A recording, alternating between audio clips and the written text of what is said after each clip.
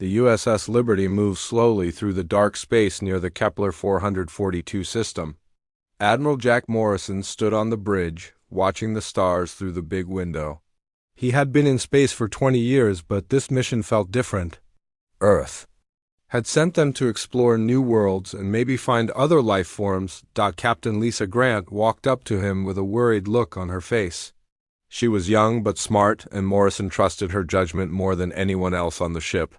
"Admiral, we are picking up strange signals about 2 light hours ahead," she said quietly. Morrison turned to look at the screen that showed what their sensors had found. The signals were not natural.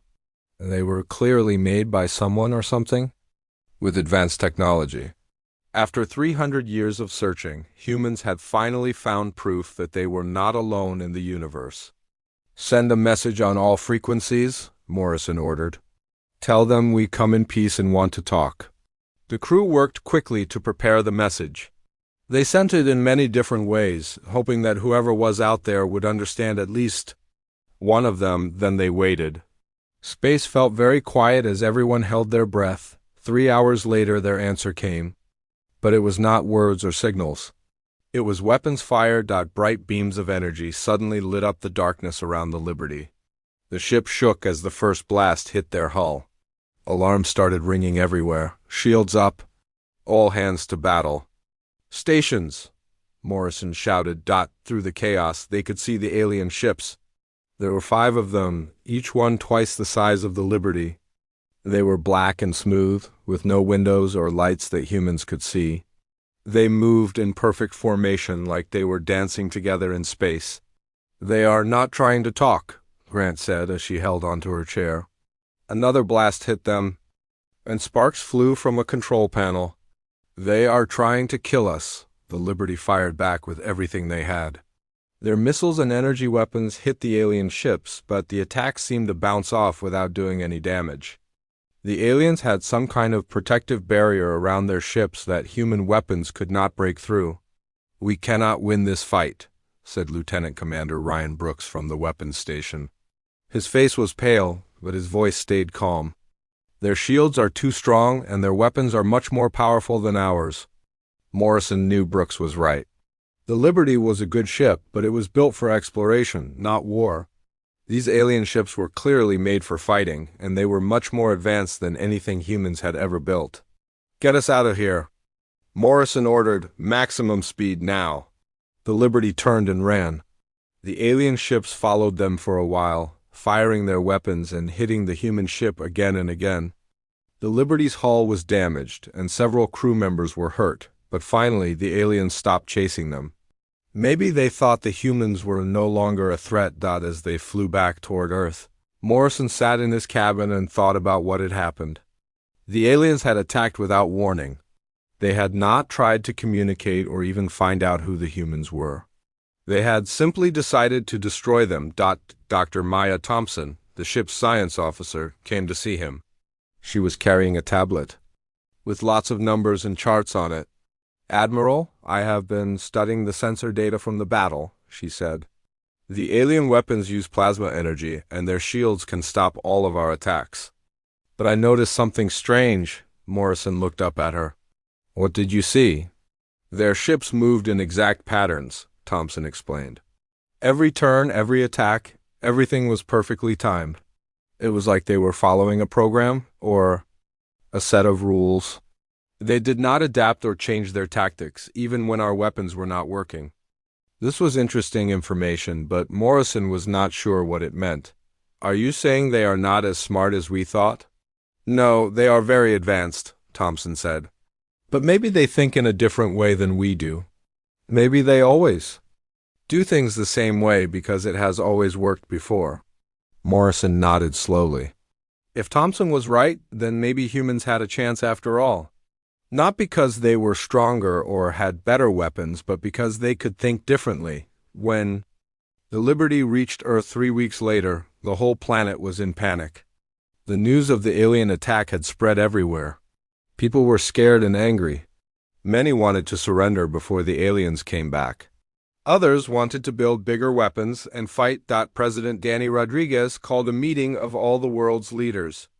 Morrison was asked to tell them everything that had happened. He stood in front of the most powerful people on Earth and described the alien ships, their weapons, and their attack. "How long do we have?" asked General Paul Martinez, the head of Earth's military forces. "Not long," Morrison replied. "The ships are much faster than ours. If they decide to come to Earth, they could be here in months, not years." The room was quiet for a long time. Everyone was thinking about what this meant. Earth had no defense against weapons like the ones the aliens had used. If they came in large numbers, the human race might not survive, but Morrison had an idea. "We should not wait for them to come to us," he said. "We should go to them first?" Many people in the room looked shocked. "That is suicide," said one of the leaders. "We cannot fight ships like that." "We cannot fight them the way they expect us to fight," Morrison agreed.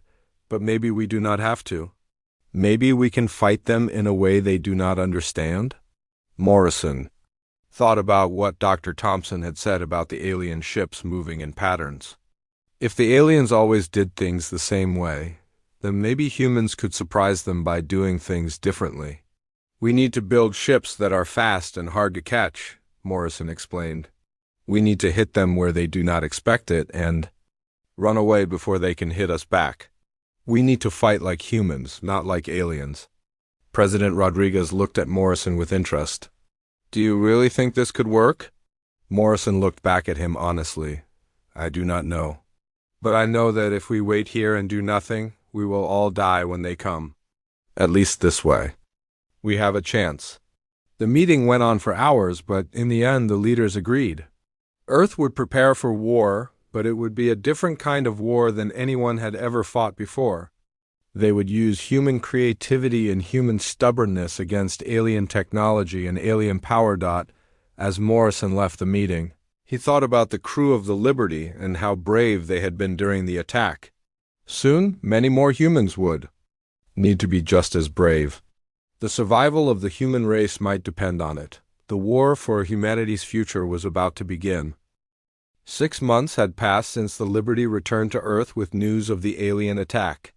The people of Earth had worked day and night to build new ships and weapons, but they knew their technology was still far behind what the aliens had. Supreme Commander Zekthol of the Corvani species stood on the bridge of his flagship. He was tall and covered in green scales with yellow eyes that showed no emotion.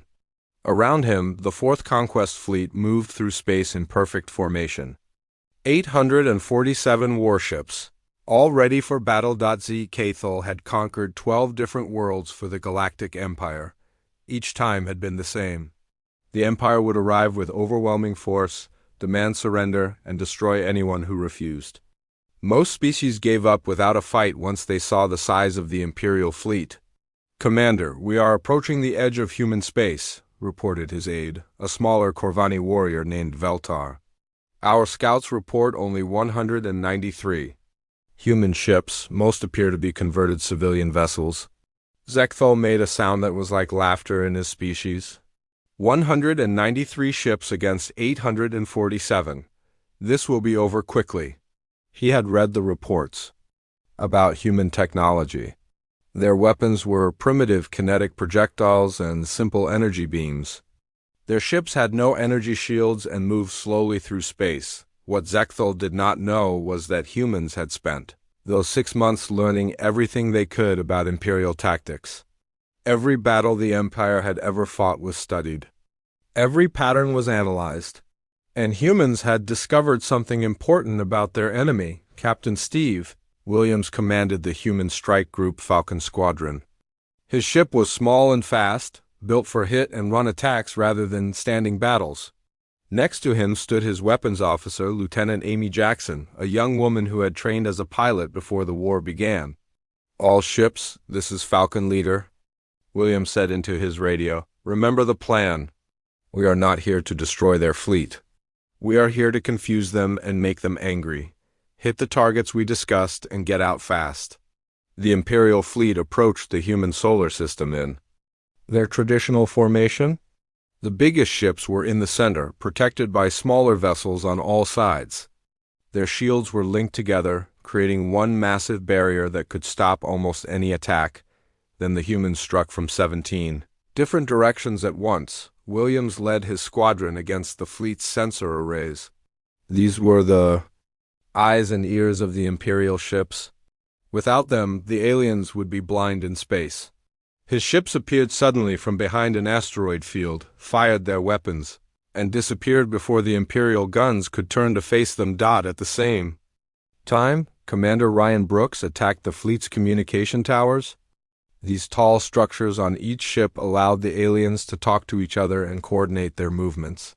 Brooks's ships moved fast and low, firing small missiles that exploded against the towers and knocked them down. Captain Lisa Grant, who had been promoted after the Liberty incident, led a third group against the Imperial supply ships.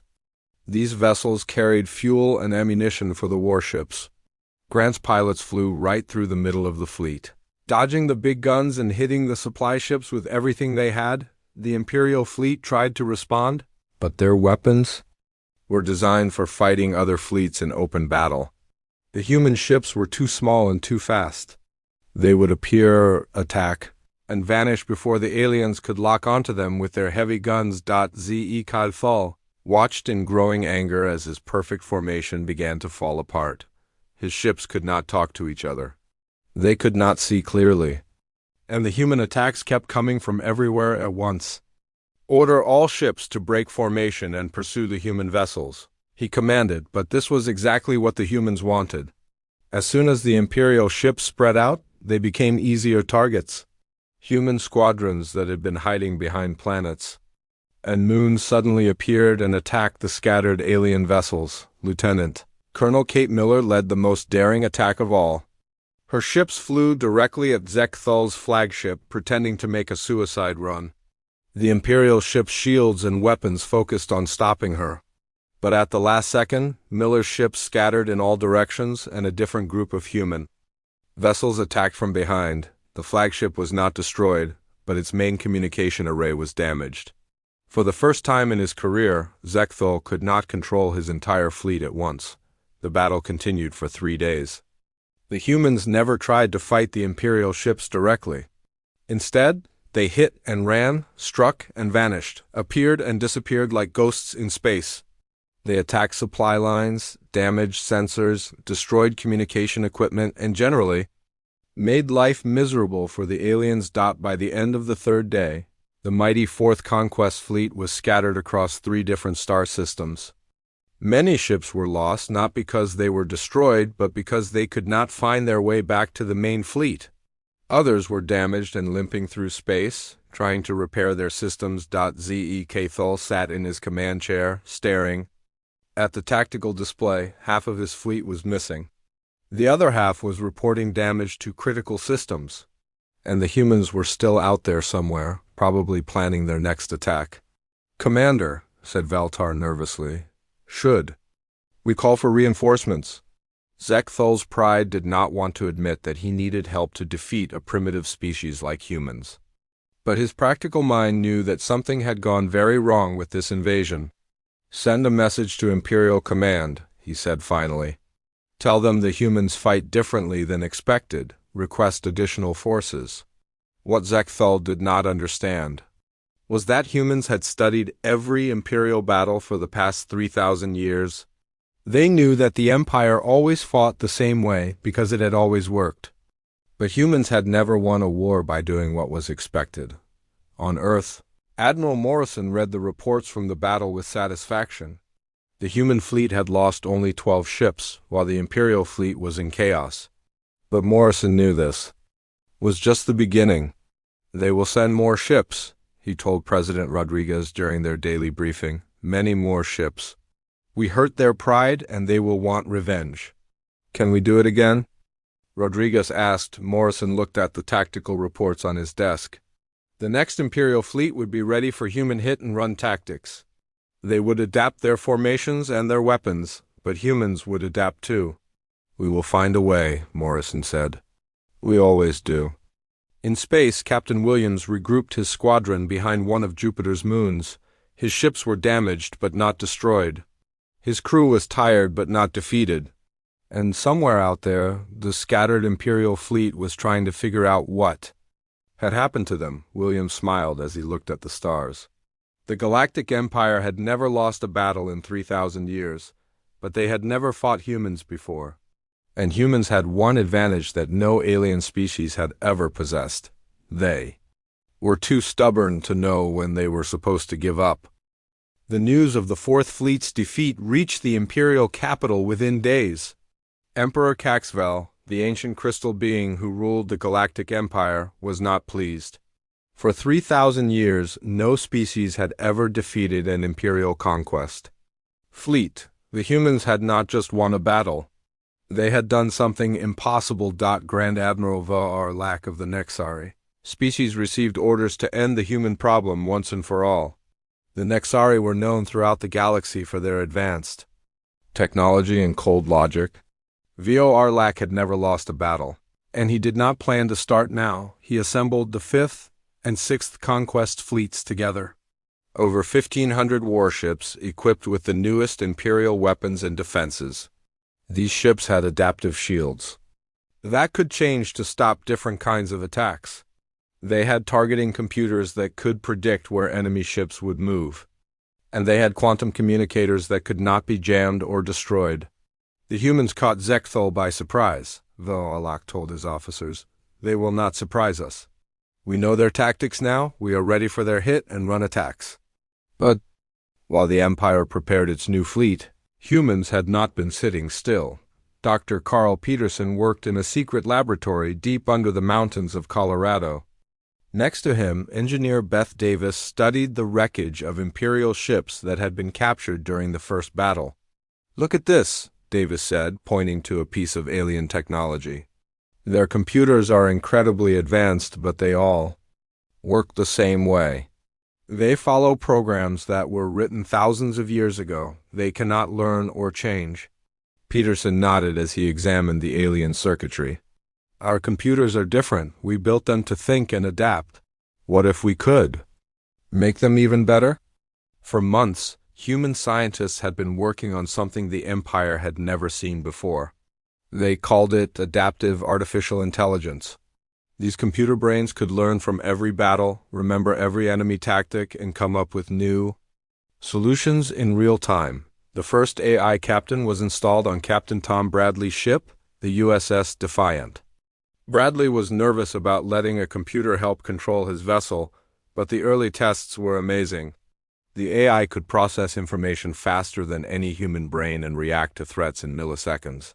It is like having a genius tactical officer who never gets tired and never makes mistakes, Bradley told Admiral Morrison during the test flights, but the AI was only part of humanity's new strategy. Lieutenant Colonel Kate Miller had been working with Dr. Sam Roberts to develop new weapons and armor for human soldiers.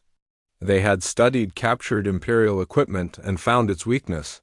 "All of their technology depends on energy," Roberts explained to Miller as they tested the new gear. "Their shields, their computers, their weapons, everything runs on power. But what happens if we can shut off that power?" The answer was electromagnetic pulse weapons. These devices could send out invisible waves that would destroy electronic systems without harming people. The Empire's advanced technology suddenly became a weakness instead of a strength. Miller's Marines tested the new equipment on captured Imperial robots. One pulse from their weapons, and the alien machines stopped working completely. Their advanced armor became useless metal, and their plasma guns became expensive clubs. When Grand Admiral Vor Lack's massive fleet finally arrived at the edge of human space, they expected to face the same small, primitive ships that had fought the Fourth Fleet. Instead, they found something completely different. The human fleet that met them was still smaller in number, but these ships moved and fought like nothing the Empire had ever seen. The AI captains could predict Imperial movements before the aliens made them.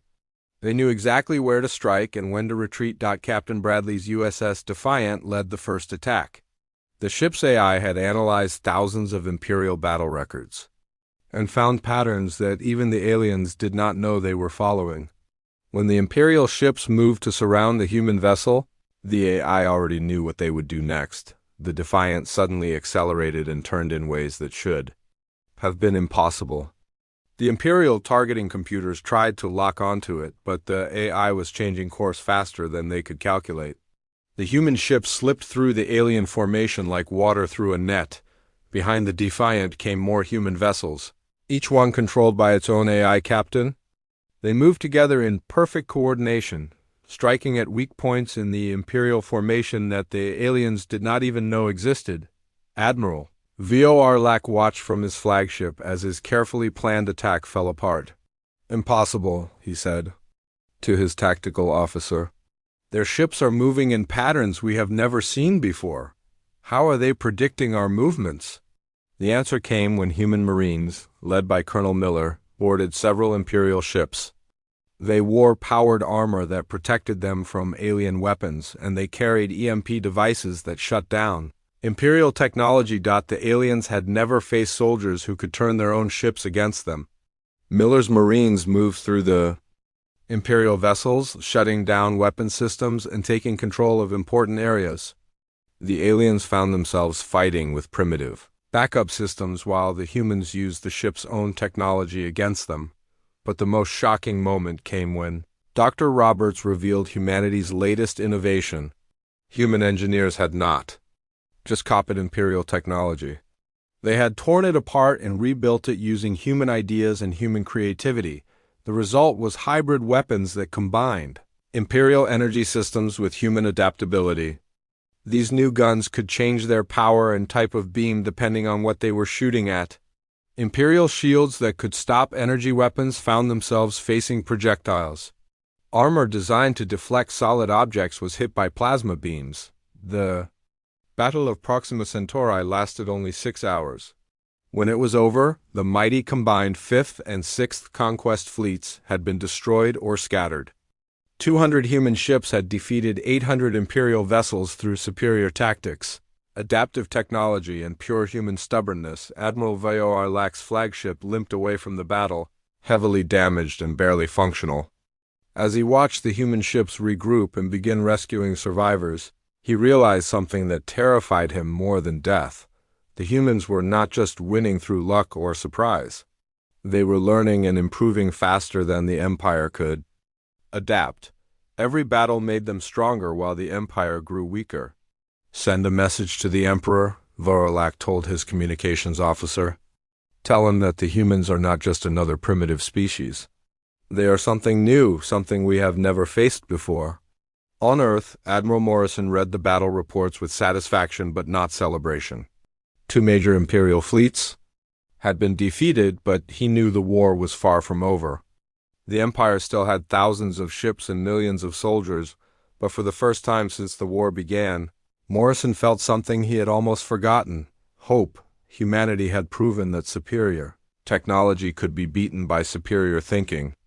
The Empire's greatest strength, their rigid adherence to proven tactics, had become their greatest weakness. Dr. Peterson approached Morrison with a new report. "Admiral, our A's are already analyzing this battle and preparing for the next one.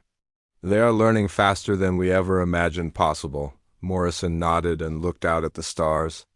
Somewhere out there, the Galactic Empire was probably preparing an even larger fleet to send against humanity.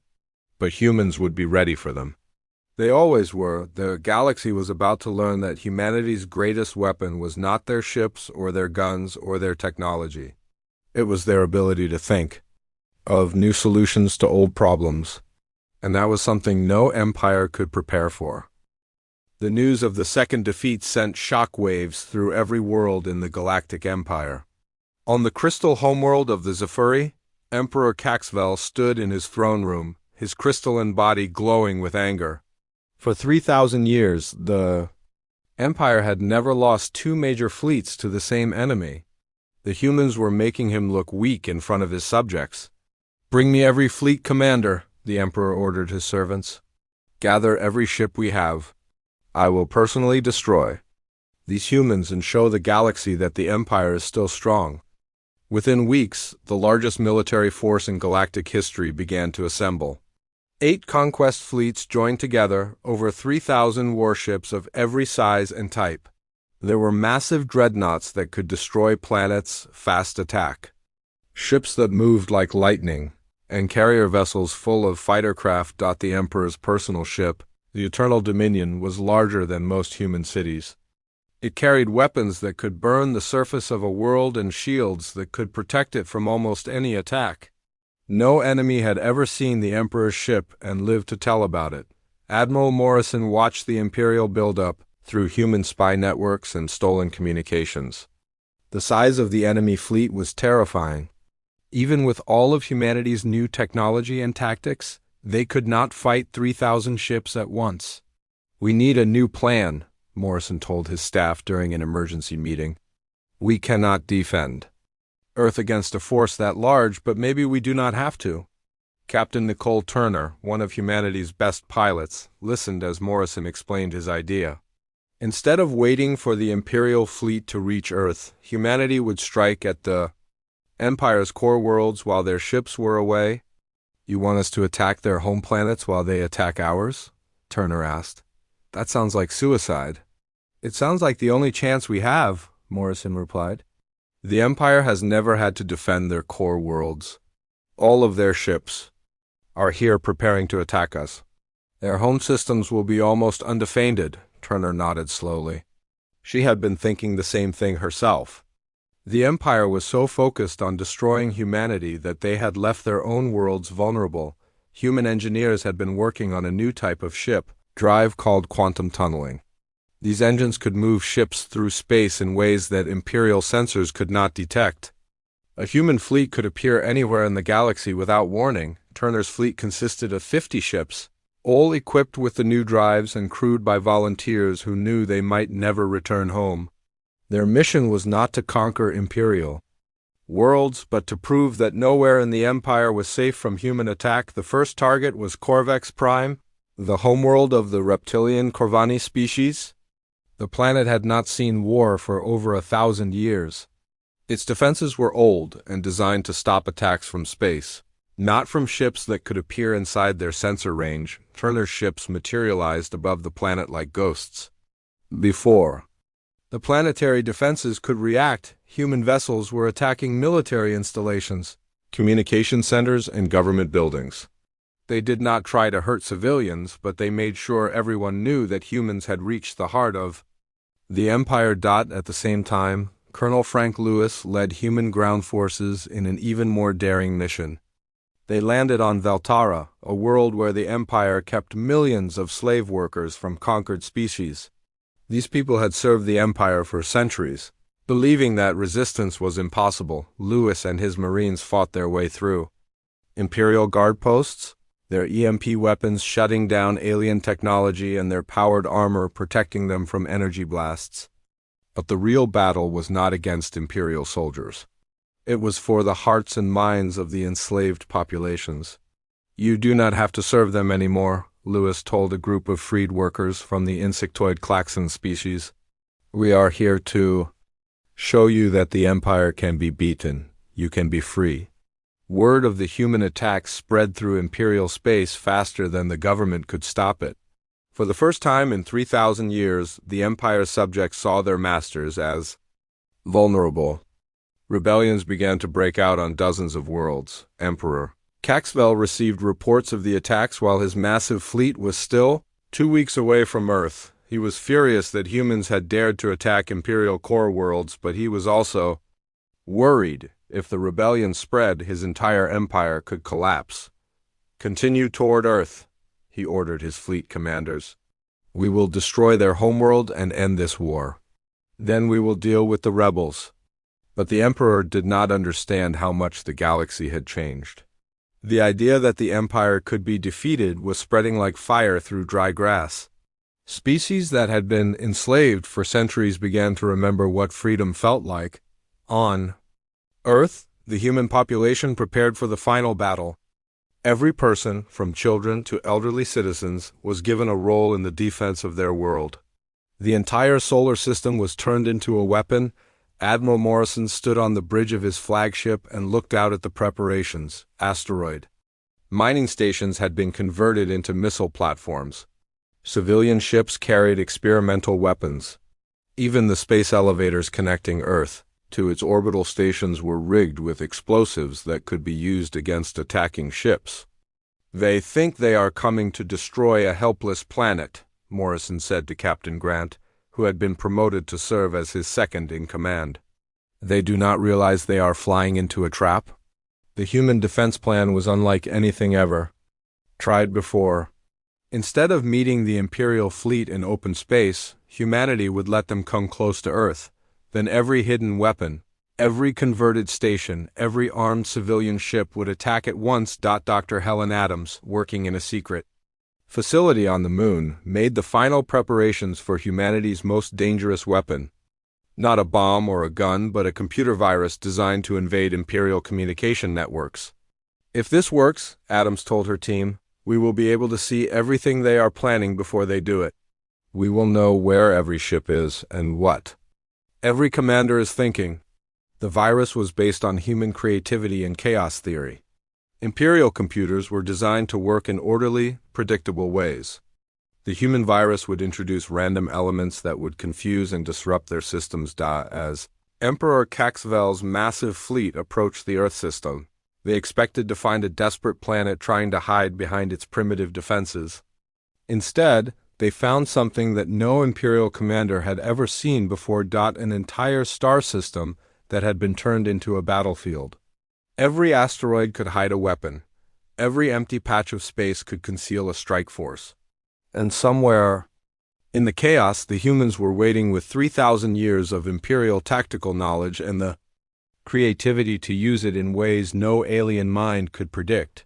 The Emperor looked at the tactical displays showing the human solar system and felt something he had not experienced in centuries. Doubt. The humans had surprised the Empire before, but this felt different. This felt like walking into the lair of a predator that knew you were coming. "Begin the attack," he ordered his fleet. "Destroy everything."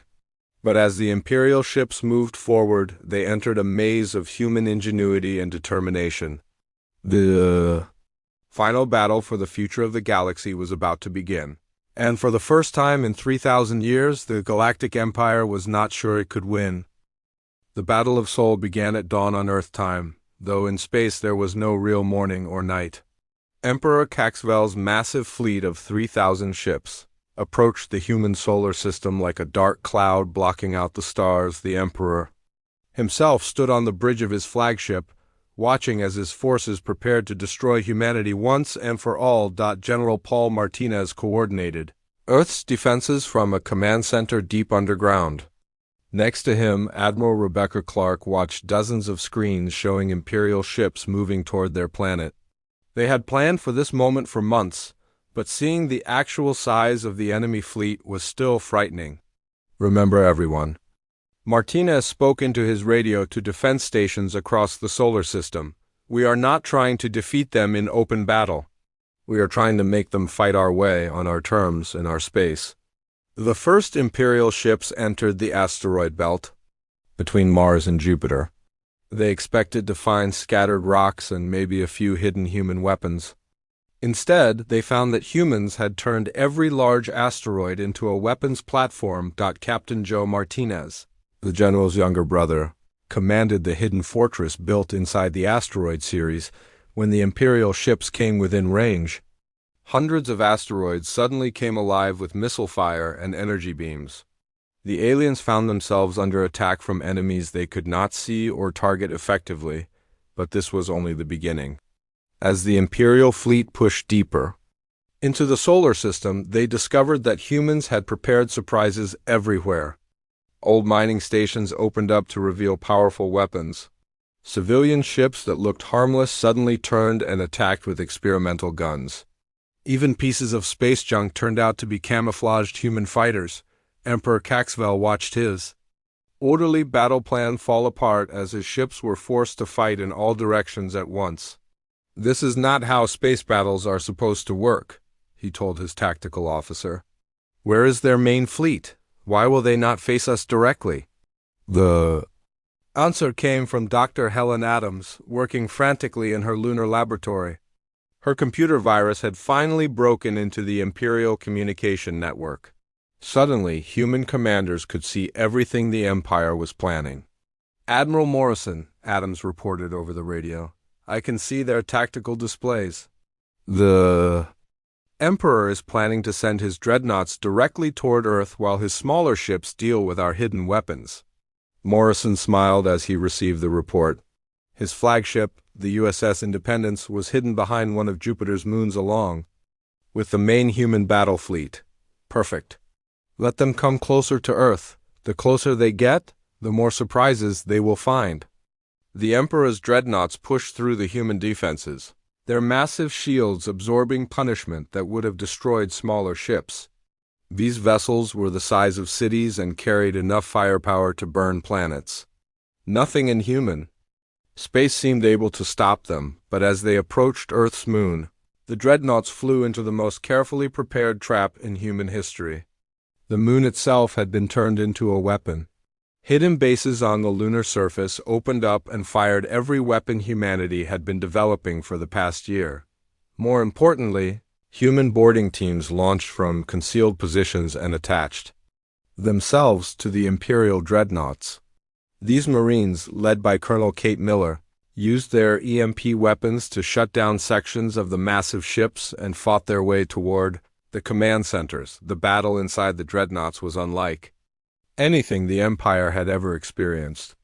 Human soldiers moved through alien corridors, using the ship's own systems against their crews. Imperial technology, so advanced and powerful, became useless when the humans could turn it off with their pulse weapons on the bridge of his flagship. Emperor Caxwell felt control of the battle slipping away. His ships were scattered throughout the solar system, fighting enemies that appeared and disappeared like phantoms. His communications were being jammed by human viruses, and now his most powerful vessels were being captured from the inside. Impossible, the Emperor said, his crystalline body flickering with frustrated energy. How can a primitive species do this to us? The answer came when Captain Joe Martinez led his ship, the USS Independence, in a direct attack on the Emperor's flagship. The human vessel was tiny compared to the Eternal Dominion, but it moved with speed and precision that the Imperial ship could not match. Martinez's ship dodged through the flagship's defensive fire like it was dancing among the energy beams. The human AI controlling the ship's movements had studied every battle the Empire had ever fought and knew exactly how their weapons would track and fire. But the real breakthrough came when Martinez's boarding team made it onto the Imperial flagship. Among them was Dr. Sam Roberts, carrying a special device that could interface with Imperial computer systems. Instead of trying to destroy the enemy ship, the humans took control of it. Emperor Caxwell, Martinez said over the ship's communication system, "This is Captain Martinez of the human fleet. Your flagship is now under our control. Order your remaining ships to surrender, and we can end this battle without more bloodshed." The Emperor stared at the human officer on his screen. For 3,000 years, no one had dared to speak to him as an equal. The idea of surrendering to a species the Empire had tried to destroy was unthinkable, but as Caxwell looked at his tactical displays, he saw that the battle was already over. More than half of his fleet was destroyed or captured. His remaining ships were scattered and unable to coordinate their attacks. And throughout Imperial space, rebellions were breaking out on dozens of worlds. What do you want from us? The Emperor asked finally. Martinez looked at the ancient alien ruler with something that might have been pity. We want what every thinking being in the galaxy wants: freedom, the right to live without fear, the chance to make our own choices. Admiral Morrison's voice came over the communication channel. Your empire is finished, Emperor. But that does not mean your people have to suffer. We are offering a chance to build something better together. The Emperor was quiet for a long time. Around him, his officers waited to see what he would decide. Finally, the ancient crystal being who had ruled the galaxy for centuries made his choice. I surrender, Caxwell said. The Galactic Empire yields to humanity. The news of the Emperor's surrender spread across the galaxy faster than any ship could travel. On 1,000 worlds, enslaved species looked up at the stars and realized they were free. The empire that had seemed eternal was gone, ended not by superior force, but by the simple idea that all beings deserved to choose their own destiny. 1 year later, Admiral Morrison stood in the same room where he had first warned Earth's leaders about the alien threat. But now he wore the uniform of Secretary General of the new Galactic Federation, a voluntary alliance of species working together instead of serving an emperor. "The war is over," Morrison told the assembled representatives from dozens of worlds. "But our real work is just beginning. We have to build something that has never existed before in this galaxy. A government based on cooperation instead of conquest. It would not be easy. Species that had hated each other for thousands of years would have to learn to work together. Worlds that had only known slavery would have to discover freedom. And humans who had spent their whole history fighting each other would have to help guide a galaxy toward peace." But as Morrison looked out at the stars, he felt something he had learned during the war. When people are given the chance to choose hope over fear, freedom over slavery, cooperation over conquest, they will usually choose the better path. The galaxy was finally free to discover what it could become when its people worked together, instead of against each other. And humanity, the species that had been marked for destruction, had given the universe its greatest gift, the courage to dream of something better.